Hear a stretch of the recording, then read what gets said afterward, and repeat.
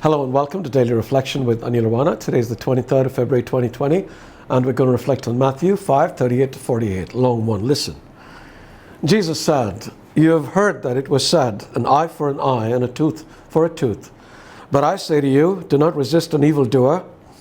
But if anyone strikes you on the right cheek, turn the other also. And if anyone wants to sue you and take your coat, give your cloak as well. And if anyone forces you to go 1 mile, go also the 2nd mile. Give to everyone who begs from you, and do not refuse anyone who wants to borrow from you. You have heard that it was said, you shall love your neighbor and hate your enemy. But I say to you, love your enemies and pray for those who persecute you, so that you may be children of your Father in heaven. For he makes the sun rise on the evil and on the good, and sends rain on the righteous and on the unrighteous. For if you love those who love you, what reward do you have? Do not even the tax collectors do the same? And if you greet only your brothers and sisters, what more are you doing than others? Do not even the Gentiles do the same? Be perfect, therefore, as your heavenly Father is perfect." The Gospel of the Lord. A few days ago, we saw how Jesus often prefaced his statements with, "You have heard it said," following it up with, "But I say." By doing this, he was putting a lot of the things the Jewish people believed in proper perspective.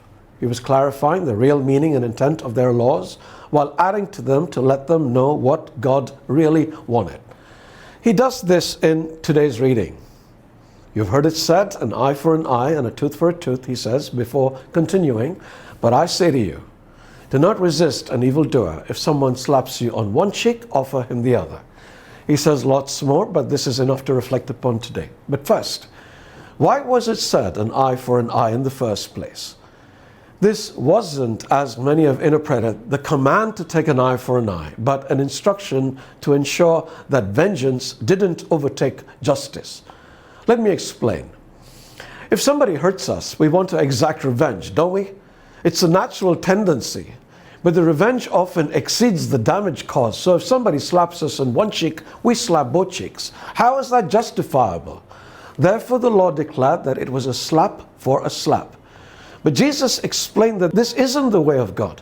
God's way is mercy, not vengeance. So if somebody slaps us on one cheek, we were not to retaliate, but show mercy. But you might say, how does this help? Let me explain this too. Gandhi, who was very inspired by Jesus, once said, "An eye for an eye will only make the whole world blind." And we can see the truth of this all around us.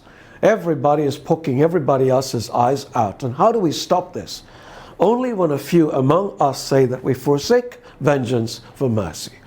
So say you have somebody who slaps you on one cheek. This is a metaphor, by the way. You don't slap back, but say, go ahead, slap the other one. What is the first thing that happens? The person is often stunned into not reacting. Or if the person is further enraged that he hasn't provoked you to a response, actually slaps you on the other cheek. But you still don't react. What will happen?